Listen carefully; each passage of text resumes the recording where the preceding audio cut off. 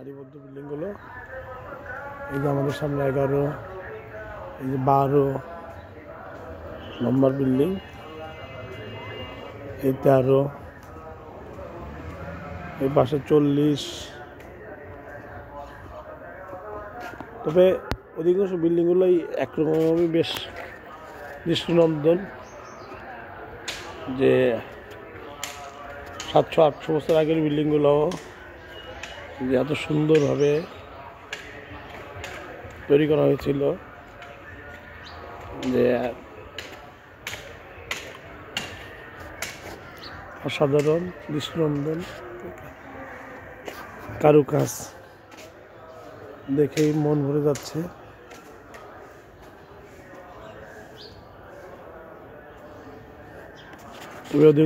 অধিকাংশ বিল্ডিংগুলোই কিন্তু ঝুঁকিপূর্ণ।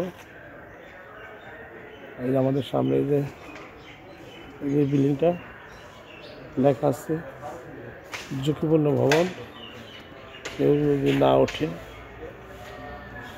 কারণ 700-800 বছর আগের। তারপরে এই বিল্ডিংগুলোর মনে করে কোনো সংস্কার মনে করা হয় নাই।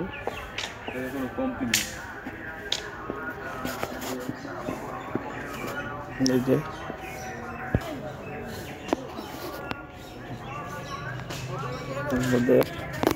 আরো ঘুরে দেখাচ্ছি,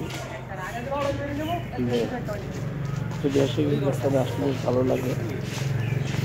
গতকাল ছিলাম লালবাগ কেল্লায়, আজ আসছি নারায়ণগঞ্জ সোনারগাঁও পানামনগরীতে।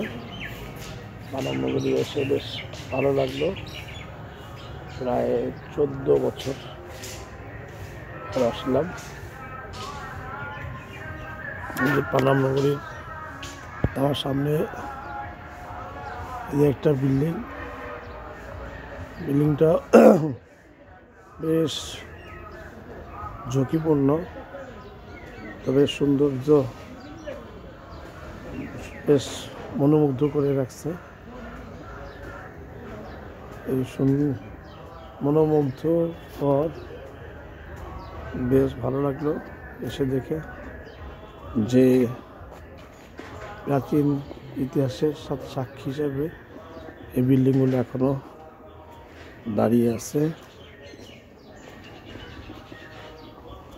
এই বিল্ডিংগুলো ধ্বংস, এই জন্য 36 নম্বর বিল্ডিং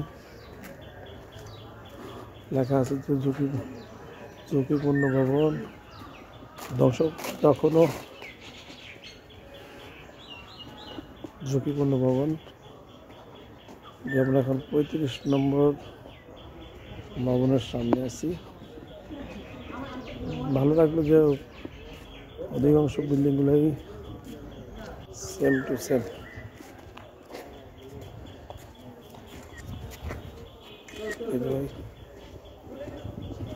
সেম টু সেম বিল্ডিংটা বেশ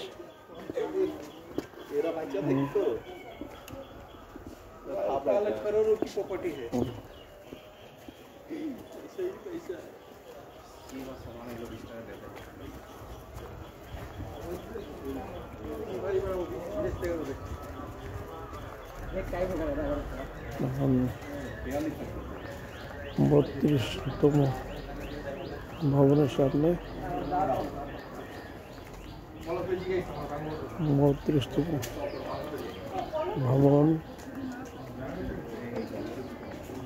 পাশে ছিল 38তম ভবন। ভবনটা বেশ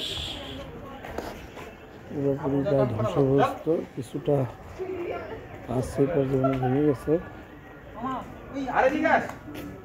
31তম ভবনটাও হয়ে গেছে।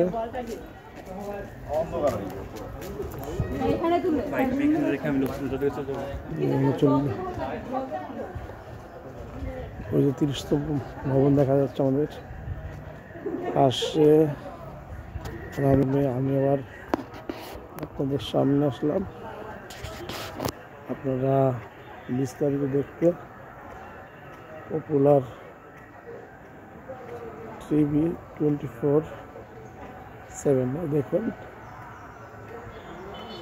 আর আমরা আপনাদের সুন্দর সুন্দর জায়গা নিয়ে যাব। দেখতে থাকো এখন পপুলার টিভি 24/7। বেশ আমাদের ইতিহাসের সাক্ষী হিসেবে আপনারা চলে আসতে পারেন দেখতে।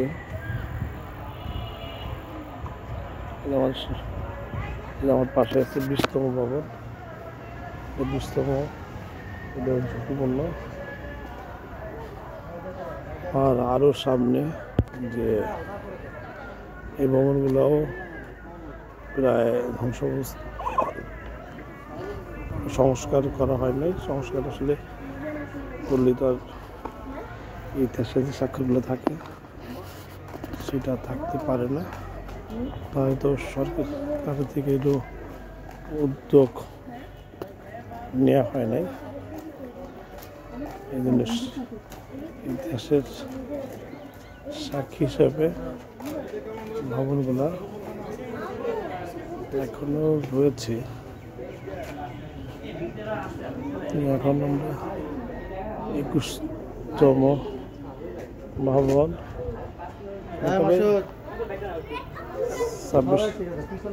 26তম ভবনটা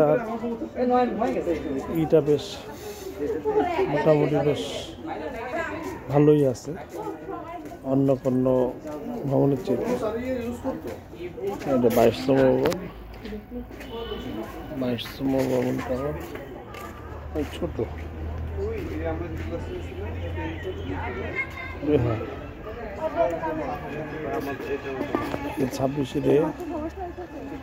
26তম ভবনটা 900 গজ।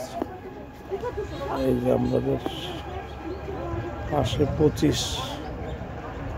আমি আপনাদের মোটামুটি অনেকটা ঘুরে দেখার চেষ্টা করছি যে এই ঐতিহ্যবাহী পাহাড়নগর সোনারগাঁও বাংলার দেশের ঐতিহ্য মানে ইতিহাসের সাক্ষী হিসেবে প্রাচীন ইতিহাসের সাক্ষী হিসেবে রয়েছে। ইতিহাসের সাক্ষী হিসেবে আমি আপনাদের দেখাই দেবো। আমরাও কিন্তু বেশ ভালো লাগলো।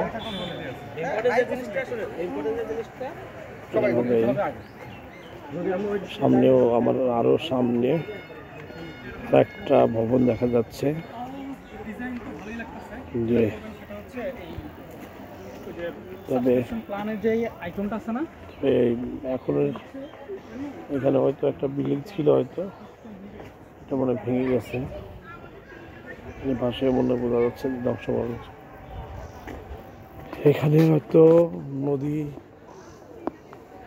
ছিল, হয়তো পানির জন্য তারা হয়তো ব্যবহার করতো।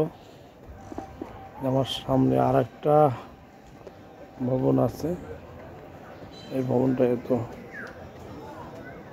এটা হচ্ছে 43তম, সরি 43 না, এটা হচ্ছে 23তম। 23তম ভবনের সামনে আমরা। 23তম ভবনটাও পুরোপুরি ঝুঁকিপূর্ণ। অনেক এই যে ঝুঁকিপূর্ণ দেওয়ালও দেওয়া আছে, লাগিয়ে দিয়েছে। আর